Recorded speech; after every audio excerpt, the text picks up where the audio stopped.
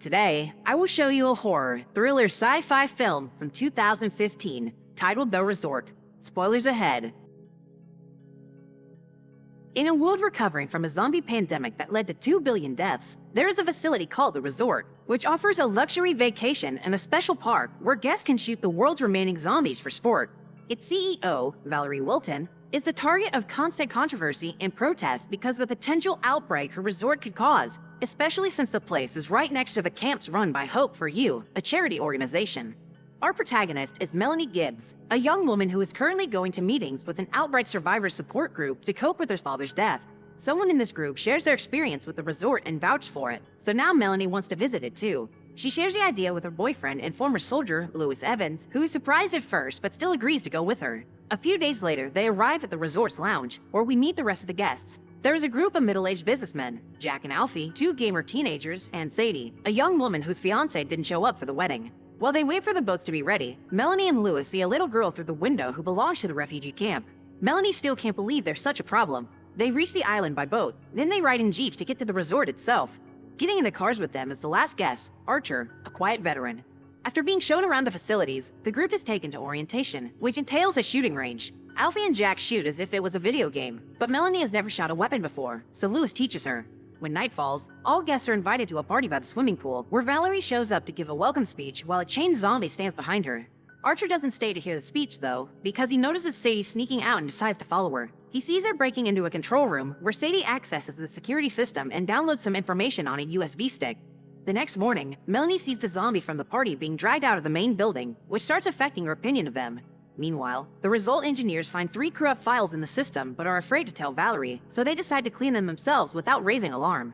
They are taken back to the jeeps and assigned guides. Our group will be in the hands of Tom Nevins. On their way out, Melanie sees the zombies kept in cages like animals. An alarm starts ringing in the building where one of the corrupt files acts up, but the engineer quickly takes care of it. The guide shows the guests how the park is divided into different areas that are separated by fences that stop the zombies from hurting too much. They also remind the guests of the rules. Rule number 1, it is the zombies' bite that transmit the virus, not their blood. Rule number 2, the fresher they are, the faster they are. And rule number 3, only a shot to the head will kill them. The businessmen are taken to a special building where zombies appear restrained in place on doors and windows, so they shoot them face to face. Melanie and the others are taken to the top of a cliff, where they can shoot them from a safe distance. Sadie decides not to participate for now, while Jack and Alfie's shooting is erratic and mostly misses their targets. Lewis and Archer, as former soldiers, hit the heads every time. When Melanie's turn comes, she doesn't dare to do it because she is sure the zombie she is aiming at looks at her. As darkness starts to fall, the group makes it to the spot where they will be camping for the night. Tents have already been set up for them. Melanie is starting to regret coming because she cannot bring herself to kill a zombie. Lewis asks her to give the place a chance. Sadie is first approached by Archer, who wonders why she didn't participate. She says this was more of her ex-fiance's kind of activity. Then she is approached by Jack and Alfie, who keep hitting on her and try to impress her with their gaming achievements, but she ignores them by entering her tent. At headquarters, the system issues haven't been solved yet, so Valerie orders a full diagnosis. The engineer finds out that there was an unauthorized access of the system the previous night. This stranger downloaded a lot of data, but also left something behind. Valerie's about to call security when the system starts failing. The engineer manages to get it under control, but only for a few seconds before it fails again. Thanks to this computer failure, zombies all over the resort are released from their restraints and cages. They attack the people at the hotel and swimming pool. They also get to the businessmen and their guide. The system is unsalvageable, so the engineer tries to escape the control room, but the zombies quickly arrive there as well and attack all employees, killing them or infecting them. The zombie that had been at the welcome party recognizes Valerie and goes after her, so she runs into her office and seals the door behind her. The security system goes offline after repeated failed attempts to reboot itself, so the Brimstone Protocol is activated. This means the place will be bombed in a few hours. At camp, Sadie and Melanie can't sleep, so they share a drink and discuss the possible lack of ethics behind the resort. Their chat is interrupted by the sudden presence of a zombie approaching them, so Melanie goes to wake everyone up while Sadie aims her gun at it. She doesn't dare to shoot, but luckily Archer steps in and kills it for her. Nevins is worried about this turn of events because the fence are supposed to keep the zombies from coming too close, so he turns on the jeep's lights to take a better look at their surroundings. They discover a horde of zombies is coming, so the girls run to hide behind a tent while the men defend the camp. Nevins gets in the jeep and tries to contact headquarters, but the only answer he gets is a recording telling him of the activation of the Brimstone Protocol.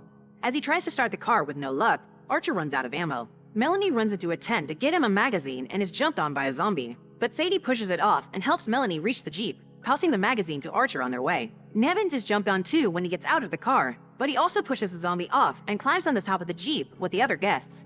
Only Alfie is missing, but when he tries to join them, the zombies get to him and kill him. Archer tells everyone to hold their fire when the final zombie is taken care of. The group spends the night on top of the Jeep. As soon as the sun starts to rise, Archer does a recon of the area and decides it is safe enough for them to come down. Luz thinks they should wait to get rescued, but Nevins informs them that it won't happen because the whole park is down and the Brimstone Protocol has been activated.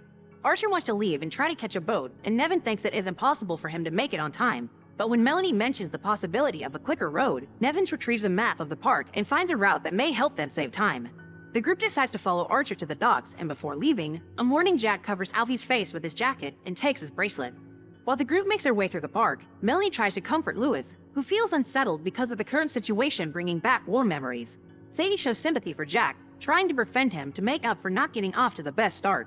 As Archer keeps on guiding their steps, Lewis wonders who made him the leader, to which Archer replies they did when they decided to follow him. They are finally getting close to the fenced area when a zombie jumps on them. Nevins quickly kills it, but gets upset when he discovers it was one of his fellow guides. He wonders how this could be happening when the security is supposed to be watertight. Jack says it must be a hacker's fault. It could come from the internet, but it most likely is an inside job, which makes Sadie realize this must be her fault.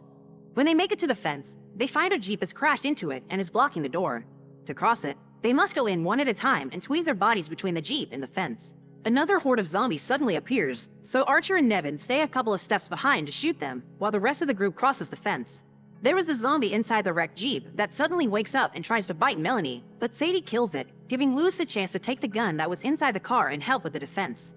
Archer and Nevins cross the fence after everyone has made it safely, but a zombie also manages to sneak in and bites Nevins. As he despairs, Melanie tells him it's gonna be okay, but Lewis steps in and shoots him in the head, angering Melanie with his actions. The group keeps going and eventually finds the building where the businessmen had their fun. Before getting inside, Archer makes Sadie confess what she has actually come to the park for. She explains she has downloaded some files to gather enough proof of unethical practices to close down the park and that she is working for Living 2, a group of undead rights activists. She thinks she just used some codes and encrypted data to get into the system, but Jack says she has been played and that whatever she used to download the data also uploaded something nasty to destroy the resort. Both he and Lewis blames her for everything, but Melanie stays sympathetic and promises her that they won't leave her behind. While looking for a safe way to enter the headquarters, the group walks into the abandoned buildings and find the bodies of the businessmen. They look through the windows and notice the zombies coming towards them rather fast because they are fresh victims. Melanie, Lewis, and Archie take a tunnel, but Sadie and Jack are not able to cross in time to join them before the zombies arrive, so they take the opposite direction and agree to meet at the exit. The trio comes out of the building without any trouble, and Lewis is eager to leave, but Melanie stops him and asks to wait for the other two. Sadie and Jack are being chased by zombies, so they try to cross an empty room, where one zombie is still restrained. They believe it to be dead and walk in front of it, but the zombie wakes up and bites Sadie. This makes her decide to sacrifice herself as a distraction for Jack to escape. She gives him her USB stick before he runs away, and the zombies take her. Jack rejoins the others while the zombies chase him, so they hurry and cross a fence into a secured area, closing the doors behind them. When Melanie asks about Sadie, Jack's only answer is to give her the USB stick. With an hour left for the bombing to start, the four of them finally enter the resort building and choose to go into a dark room because it's the only door they can open. Inside, there is blood on the floor and railings, similar to a cattle run, which starts shaking when the presence of zombies comes near. The group runs through the railings and makes it to an oven room with piping hot walls and a fence at the end of it that Archer needs to force open. They leave the oven and enter a normal room, wondering what all this means when a zombie jumps off the ceiling and attacks Jack. Archer kills it, but it's too late. Jack has been bitten. Upset and crying, Melanie has to look away while Archer kills him too. They leave the room and walk into the infirmary surrounded by the Hope for You tents. They realize that the resort has been using the refugees to make more zombies, keeping them slow by aging them in the oven. There is suddenly movement behind a tent, and the little girl Melanie saw when she arrived shows herself, but she is now a zombie. Another horde appears in front of them, so they run back inside as the chase begins. Archer and Melanie keep the door closed with the weight of their bodies, but Lewis escapes by climbing a chain that fell from the hole that dropped a zombie on them earlier. Melanie can't believe he's left them, and Archer tells her to follow him while he holds onto the door. She accepts after some hesitation. After climbing up, she looks through the hole and finds Archer telling her to make sure to get Sadie's data exposed before he opens the door and jumps into the fray. There are only 15 minutes left before the bombing. Melanie runs across many hallways, and after retrieving a gun from a body on the floor, makes it to one of the resort's many luxury rooms, which is filled with bodies and zombies. Lewis suddenly shows up and closes a door behind them. Then he apologizes to Melanie for leaving her behind before showing her he has been bitten. Melanie aims her gun at him but can't bring herself to shoot him, so she hands him the gun and leaves him to do it himself. The horde of zombies breaks into the room then, so Melanie grabs another gun from a body and starts running again until she finds the control room. She's suddenly startled by a door opening and a hand dragging her inside a different room, but it's just Valerie bringing her into her office. Melanie calls her a monster for what she does. Valerie reminds her that Melanie paid for it before trying to take her gun. As the women fight over the weapon, the zombies hear the noise and breaks into the office. Some of them feed on Valerie, while the others chase Melanie as she runs out of the room. The countdown to the bombing reaches 0 right before Melanie makes it outside. She continues to run as the zombies go after her, and planes arrive to drop bombs all over the place. Luckily, she is fast enough to reach the edge of the cliff and jumps into the ocean before the entire island is blown off. 3 weeks later, we learn investigators still don't know what caused the whole incident.